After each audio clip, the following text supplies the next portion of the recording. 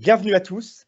Nous sommes ravis de vous accueillir pour ce nouvel événement. Sachez que Credo Lending organise à peu près tous les 15 jours ou au minimum tous les mois un webinaire avec un porteur de projet, un porteur de projet porteur de sens. On est très content d'accueillir le Père Chopin de l'abbaye Saint-Vendry aujourd'hui qui va nous présenter son beau projet d'accueil dans cette abbaye que vous allez connaître un peu mieux d'ici quelques minutes, abbaye millénaire. Donc ce titre de ce projet que nous accompagnons dans son financement, dans son cofinancement, le titre de ce projet, c'est Abbaye Saint-Vendry, lieu véritable de sanctification. Vous allez comprendre pourquoi dans quelques instants. Et donc, nous accueillons le père Philippe Chopin, moine bénédictin de l'abbaye Saint-Vendry. Nous sommes ravis et bonjour mon père. Oui, bonjour à tous et merci d'avoir organisé ce webinaire aujourd'hui pour que je puisse vous parler à la fois de l'abbaye et aussi de nos projets, c'est-à-dire le passé et le présent et l'avenir. Et si vous voulez, je peux commencer à présenter un petit peu notre abbaye. Donc, oui, alors mon père, juste pour commencer, on va juste donner la structure de cette petite heure qui va être extrêmement fructueuse et rythmée. Nous allons terminer à 9h25 pour vous permettre d'être à l'heure à la messe, c'est fondamental. Et donc, jusqu'à 9h10, on va échanger ensemble pour que vous puissiez comprendre tous les tenants et aboutissants de l'abbaye Saint-Vendry et de ses projets, et de son projet phare, l'hôtellerie Saint-Jacques. Et puis, à 9h10, jusqu'à 9h25, donc pendant 15 minutes, vous aurez la possibilité de poser toutes les questions que vous souhaitez au Père Chopin pour qu'il puisse vous répondre en direct. Voilà, pour que il n'y ait pas de zone d'ombre et que vous puissiez avoir toutes les réponses à vos questions. Mon père, je vous propose juste en quelques secondes de vous présenter, vous, à titre personnel, et puis ensuite d'enchaîner sur l'histoire de cette abbaye Saint-Vendry et pourquoi on la surnomme lieu de sanctification. Voilà, pour ce qui me concerne, je suis rentré à l'abbaye il y a 35 ans, enfin ça fait 35 ans en septembre prochain, à l'âge de 23 ans, après avoir fait quelques études dans une école de commerce, la European Business School. Et donc c'est pour ça que dès ma profession, on m'a mis à la sellerie. Et donc aujourd'hui, je suis le cellerier depuis 2014. Voilà. Et le Père Abbé m'a demandé justement de pouvoir suivre un petit peu des gros travaux de restauration et de construction. Et donc voilà. Voilà pour ma présentation. Donc un moine bâtisseur, voilà. Voilà, on va essayer de continuer. Les moines sont des baptiseurs et donc la tradition ne s'interrompt pas. Et au contraire, à Saint-Vendry, en ce moment, on reconstruit beaucoup et on restaure. Voilà. Mais il y avait aussi des urgences pour ça. Voilà. On ne le fait pas juste pour le plaisir de construire, mais c'est pour répondre à de vrais défis, des vrais enjeux auxquels la communauté est confrontée aujourd'hui. Voilà, donc je peux vous présenter déjà un petit peu l'abbaye Saint-Vendry, puisque elle remonte aux origines un petit peu bien avant la France même, puisque c'est en 649 que cette abbaye va être fondée par Saint-Vendry, donc dans ce qui s'appelait à l'époque mérovingienne, dans cette région qui s'appelait la Neustrie, qui montait jusqu'au haut, puisque ça allait même jusqu'au-delà des frontières d'aujourd'hui, puisque ça allait jusqu'en Belgique. Donc 649, un monastère est construit sur un domaine royal. C'est pour ça aussi que vous retrouverez les trois fleurs de lys qui rappelleront un petit peu cette origine, mais qui seront un peu plus tardives, évidemment. Ça n'existait pas encore autant de Saint-Vendry, sachant que Saint-Vendry, lui, fait partie de cette famille qui vient de Verdun, et qui donnera ensuite les Pépinides, donc qui donnera Charlemagne. Voilà. Donc déjà, tout de suite, dès le début, si j'ose dire, il y a une sorte d'ancrage un peu européen de Saint-Vendry, lui-même étant un pèlerin en quête de Dieu, qui ira dans les Vosges, qui ira en Suisse, qui ira en Italie, et qui voudra partir en Irlande, mais qui sera rejoint, repris par Saint-Ouen, pour lui demander de rester en Normandie et d'évangéliser cette région du Pays de Caux. Donc le premier monastère au 7e siècle, le deuxième grand monastère, la grande époque de Saint-Vendry, l'époque carolingienne, avec Saint Éginard, qui est le biographe de Charlemagne, Saint Angésise, qui reconstruit magnifiquement ce monastère. Mais à la fin, au 9e siècle, il y a toutes les invasions normandes, et le monastère est complètement détruit. Il faut attendre un siècle plus tard. Les moines étaient partis en exil vers ce qu'on appelle aujourd'hui la Belgique, vers des terres qu'ils avaient un petit peu à la frontière française d'aujourd'hui et puis la Belgique.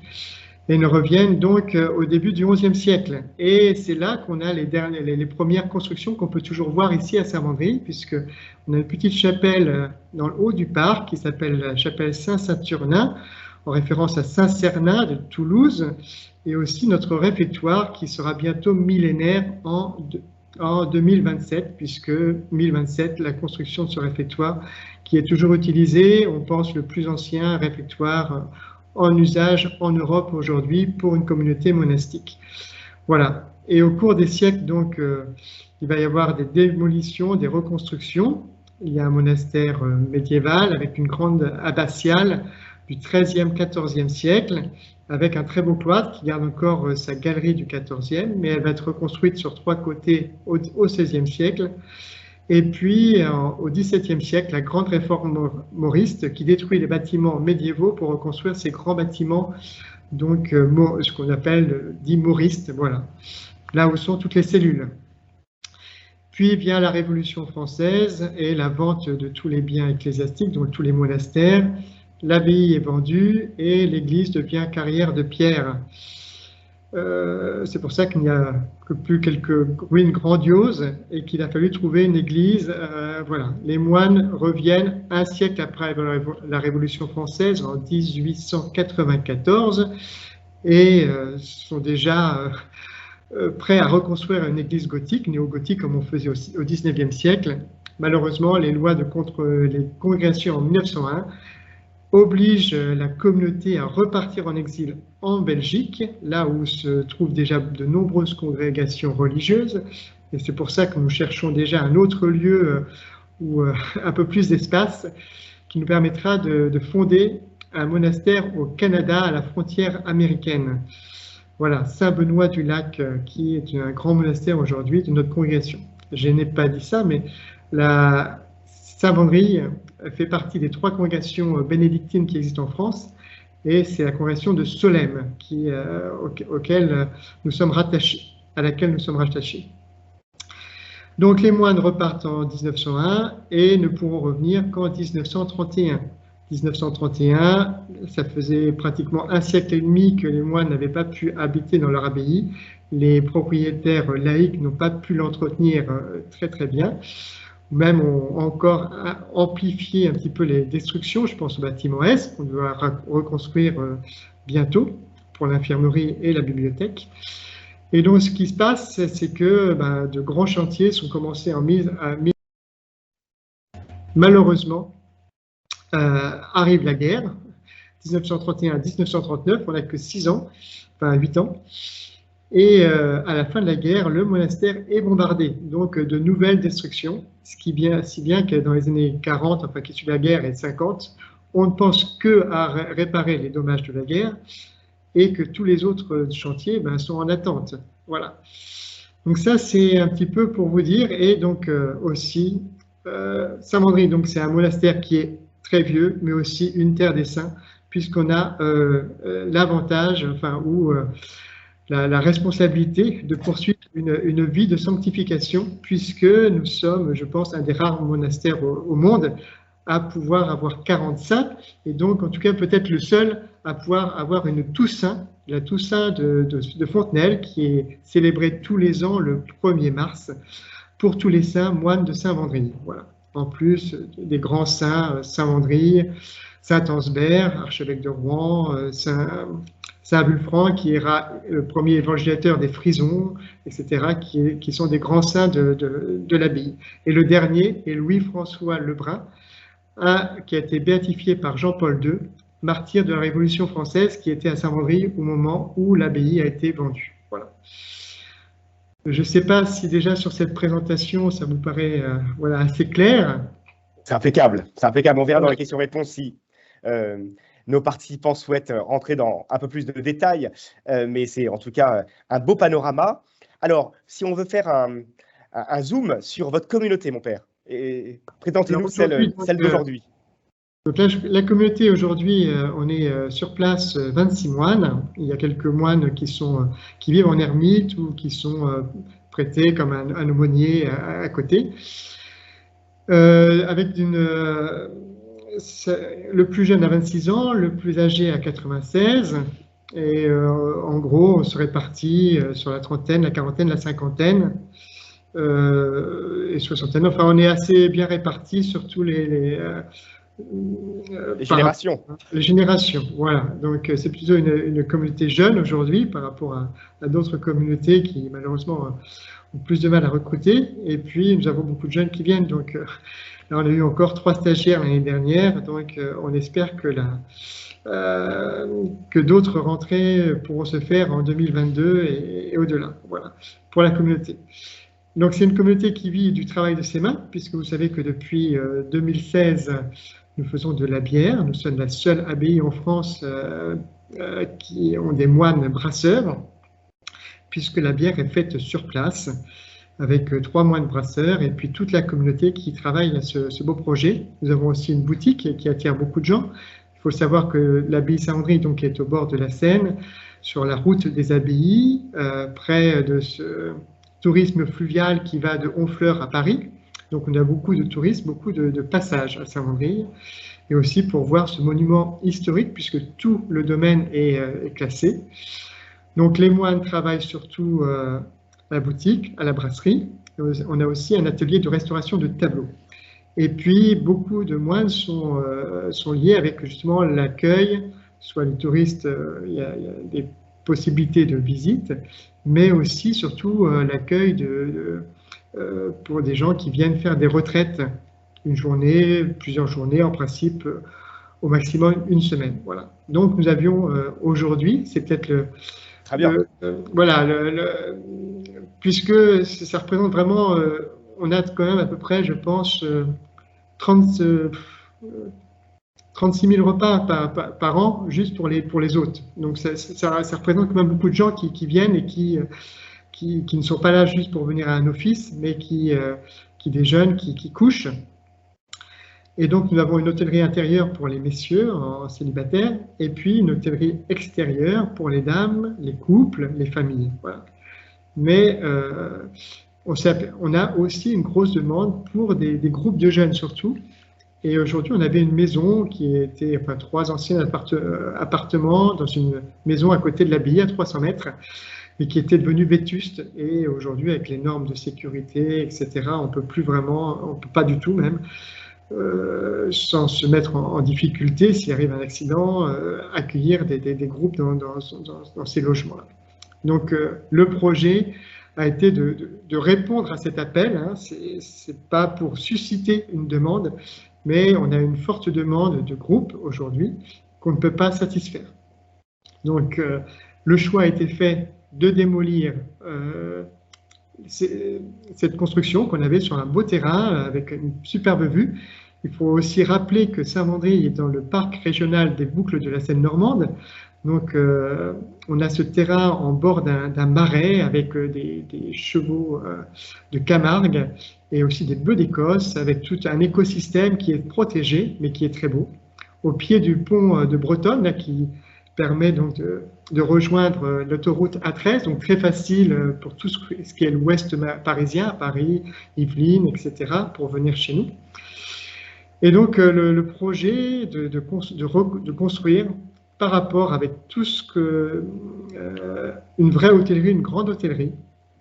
Et aujourd'hui, ce projet permettrait de pouvoir héberger jusqu'à 96 personnes, voilà, avec 8 chambres surtout pour des jeunes, en dortoir de 6, mais aussi pour équilibrer un petit peu, pour répondre à d'autres demandes, de pouvoir accueillir des familles nombreuses, donc de pouvoir avoir à peu près quelques chambres pour des familles avec leurs enfants, et aussi pour équilibrer un petit peu, trouver un modèle économique qui puisse faire entretenir cette construction. On s'est lancé aussi dans un étage qui pourrait être réservé pour des séminaires d'entreprise ou autres séminaires, voilà, des associations, fondations, etc., ou des équipes paroissiales autour de l'évêque, etc.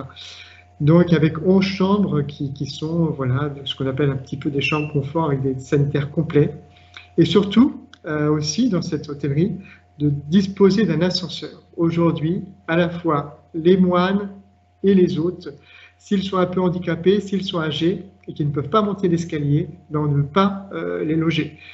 À l'abbaye, impossible de mettre des ascenseurs. Alors, l'opportunité avec cette hôtellerie, c'est qu'elle bénéficiera d'un ascenseur. Donc, même des personnes handicapées ou âgées pourront venir. Voilà.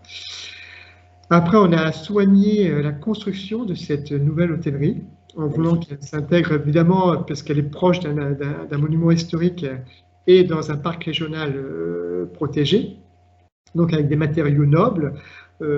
Ça sera une construction normande avec du bois, c'est ce qu'on appelle des colombages, et puis aussi du béton de chanvre qui se développe aujourd'hui comme manière de construire.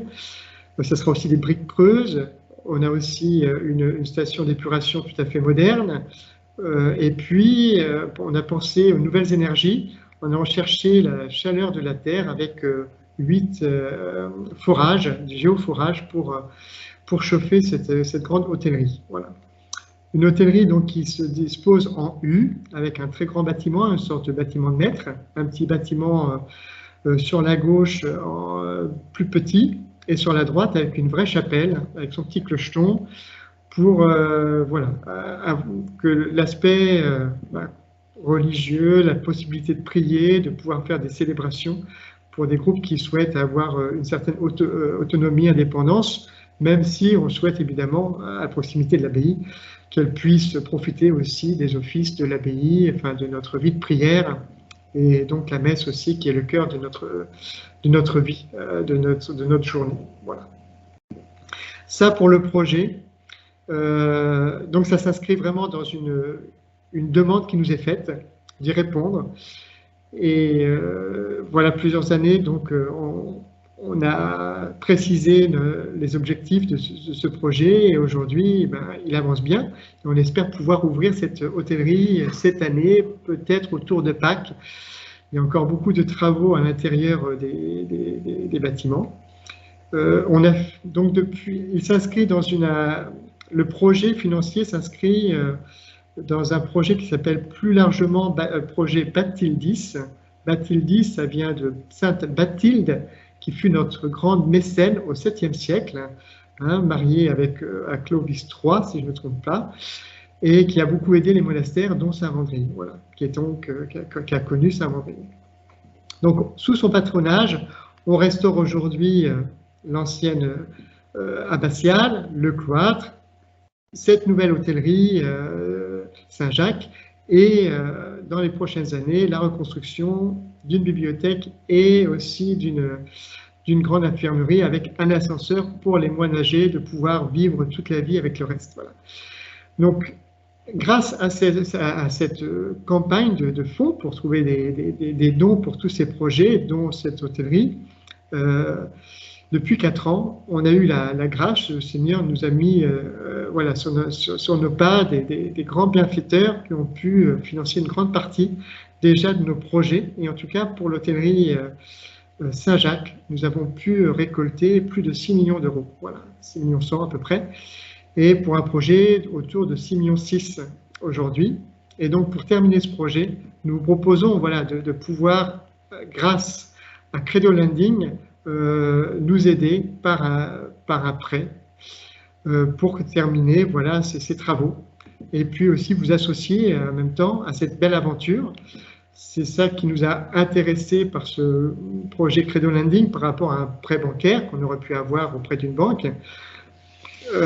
C'est qu'on ne souhaite pas seulement de l'argent, mais mettre quelque chose d'autre avec ce projet financier.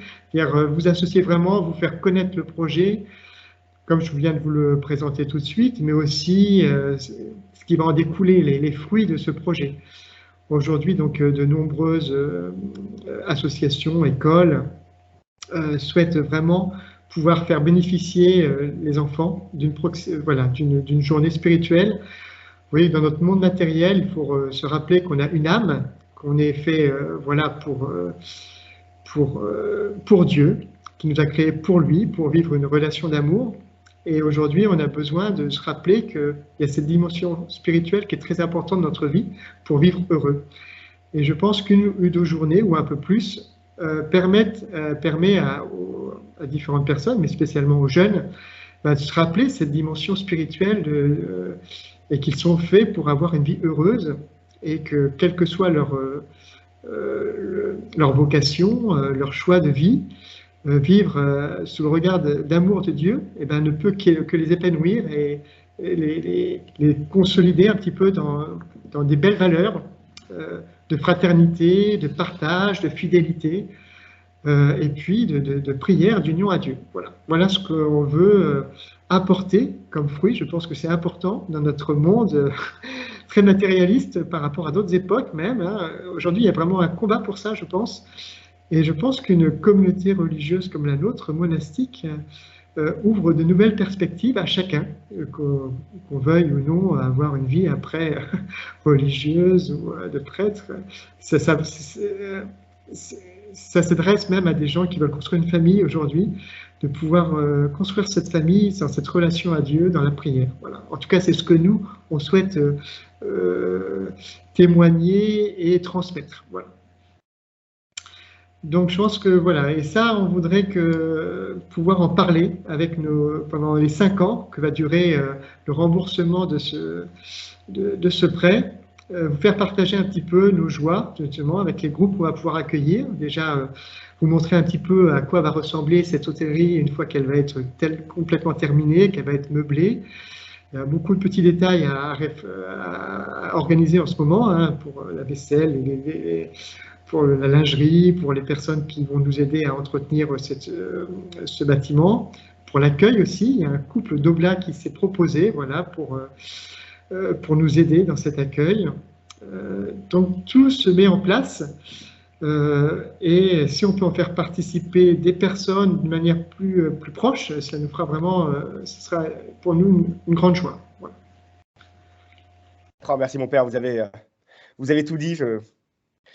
Je m'incline totalement devant ce magnifique projet et très enthousiasmant. On espère vraiment pouvoir raccrocher un maximum de personnes. Et en effet, c'est une aventure en plus à moyen terme, hein, sur le moyen terme, donc sur la durée. Et c'est intéressant. Et puis vous construisez en plus, évidemment, pour le siècle qui vient. Vous n'êtes pas dans du court-termisme et ça fait du bien aussi de travailler pour le temps long. Donc, on est très content et ravi de vous accompagner dans cette belle aventure.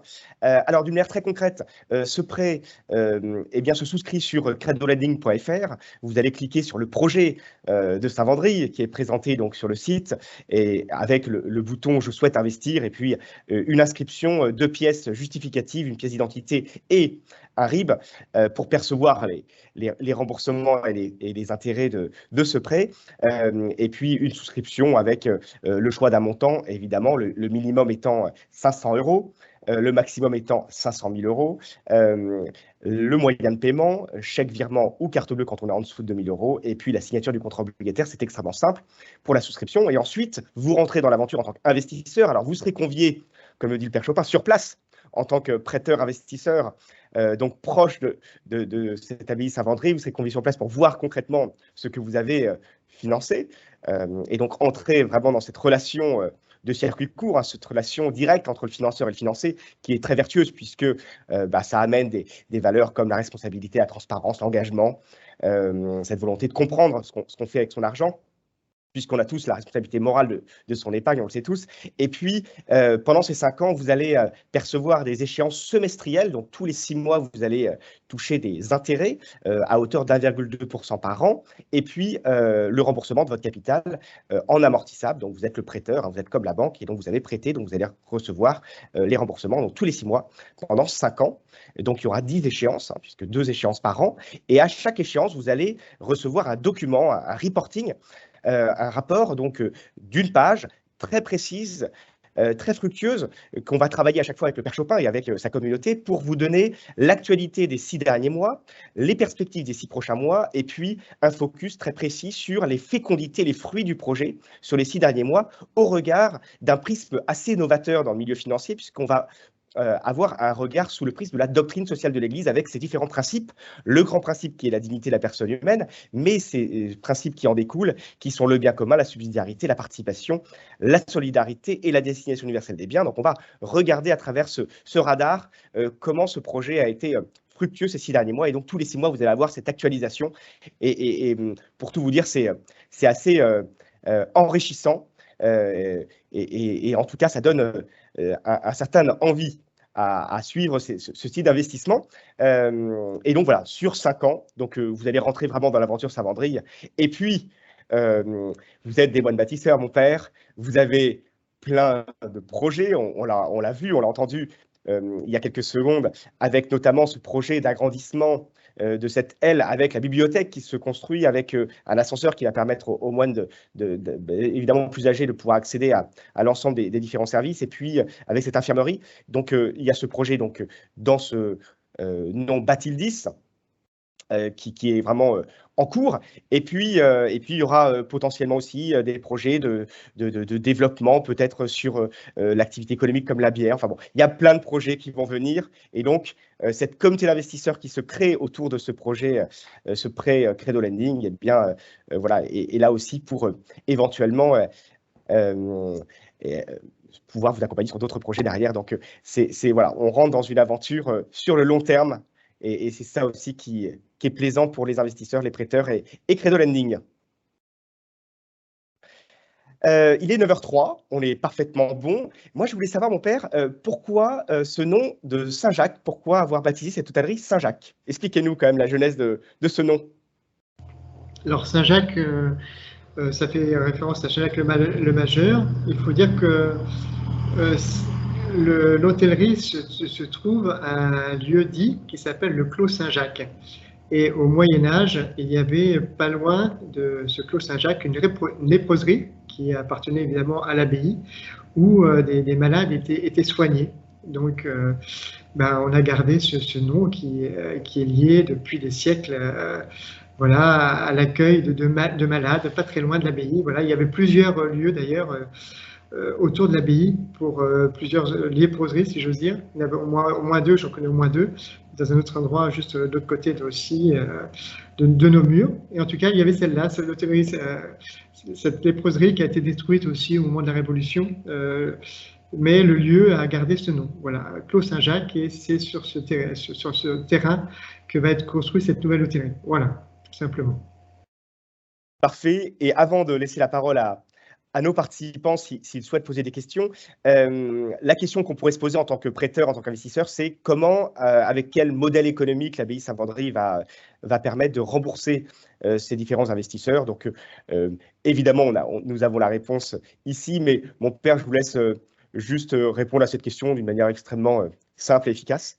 Alors, vous savez qu'en ce moment, donc, on est dans une démarche de collecte de fonds, donc qui marche plutôt bien, puisqu'on a réussi à faire déjà la restauration entière de l'ancienne abbatiale. On est sur la moitié de la restauration du cloître, et on a pratiquement, vous voyez, eu 6 millions 100 sur 6 millions 6, voilà. Et on a déjà pratiquement la moitié des fonds pour reconstruire le bâtiment est. Mais il nous reste encore beaucoup à trouver quand même, parce que ce bâtiment est quand même très très grand, et puis on doit le faire dans les règles de l'art, puisque c'est un bâtiment historique, suivi par un architecte des monuments historiques, un architecte en chef, M. Bortolossi.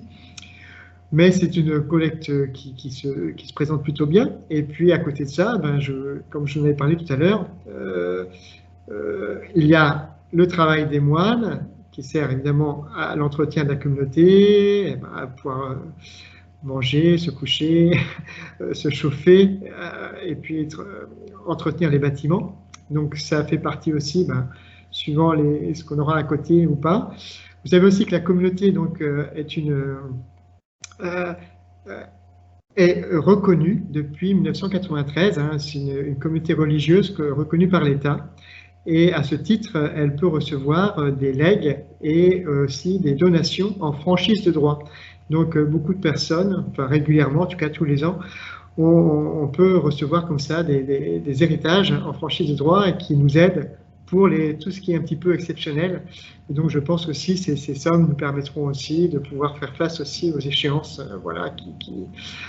pendant 5 ans pour pouvoir rembourser.